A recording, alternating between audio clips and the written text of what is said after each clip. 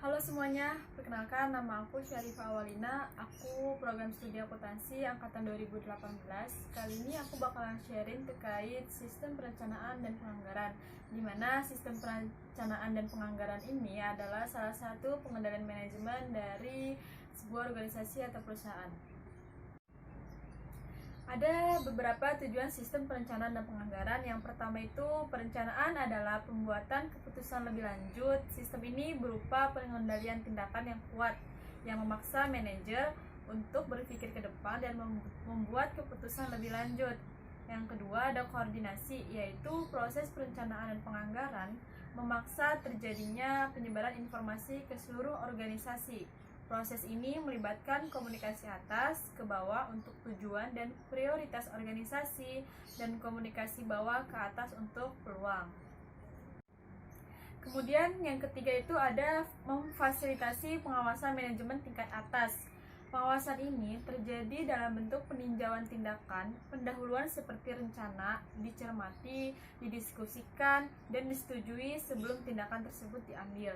Terus yang keempat itu ada motivasi. Perencanaan dan penganggaran menjadi target yang mempengaruhi motivasi manajer karena target berhubungan dengan evaluasi kinerja dan banyak penghargaan dan hukuman organisasi. Selanjutnya kita membahas siklus perencanaan. Yang pertama itu ada perencanaan strategis, di mana rencana jangka panjang termasuk yang berhubungan dengan proses pemikiran secara luas mengenai misi organisasi dan tujuan organisasi. Yang kedua itu ada pemrograman, artinya menyangkut identifikasi program, tindakan spesifik yang akan diimplementasikan di beberapa tahun. Yang ketiga itu ada penganggaran. Penganggaran ini menyangkut perencanaan keuangan jangka pendek. Penganggaran sangatlah penting dalam menyediakan pengendalian pengambilan keputusan sehari-hari untuk manajemen atau kegiatan operasional. Nah, gimana sih praktik perencanaan? Di sini ada horizon perencanaan, artinya untuk perencanaan formal dalam mempersiapkan kegiatan operasional.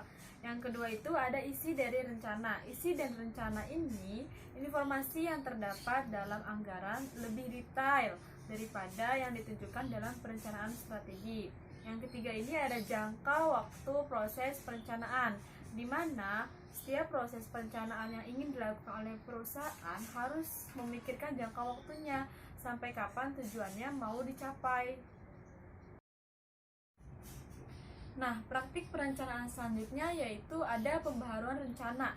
Jadi, setiap perusahaan atau organisasi ketika mau merancangkan sesuatu harus dilakukan pembaharuan, harus melihat kondisi-kondisi di lingkungan sekitarnya.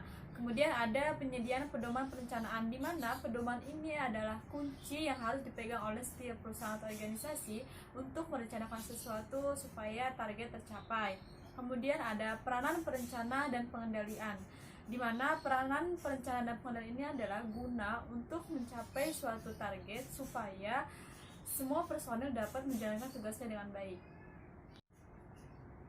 Kemudian kita akan membahas mengenai bagaimana sih praktik penganggaran. Yang pertama itu ada jadwal waktu, di mana ide menyiapkan jadwal waktu ini adalah bagus bagi penganggaran dan memulai prosesnya lebih awal.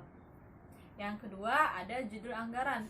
Ketika menyusun anggaran untuk pertama kali atau meninjau ulang sebuah anggaran, penting untuk memperhatikan bagian akun supaya tidak sulit untuk menghasilkan laporan-laporan pengawasan ketika tahap implementasi proyek dicapai.